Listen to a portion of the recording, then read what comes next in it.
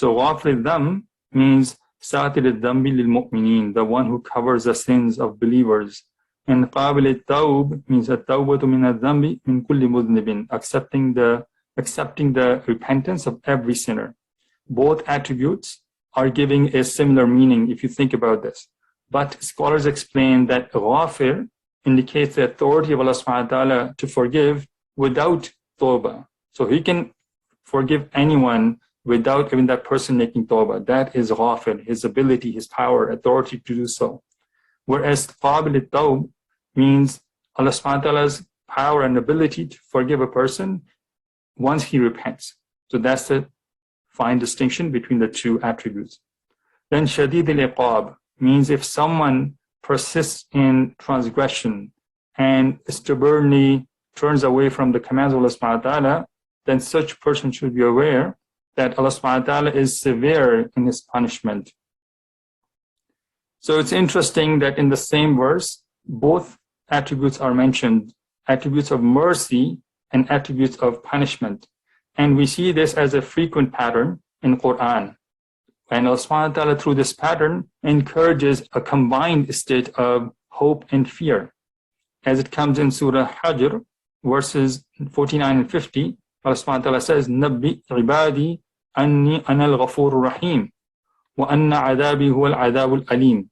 Declare to my servants that I am truly the forgiving, the most merciful, and that my torment is indeed the most painful torment.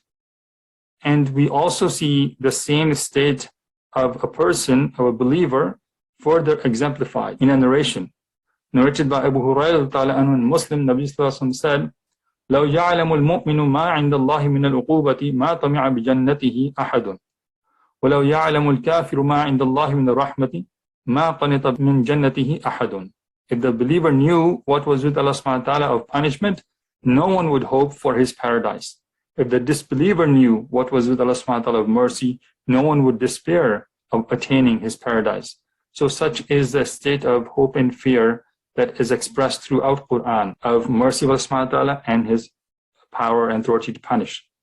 And such a state is also expected for us to maintain until the last moment of death, as it comes in a narration narrated by Anas bin Malik radhiyallahu in Tirmidhi, أن النبي صلى الله عليه وسلم دخل على شاب وهو في الموت فقال كيف تجدك؟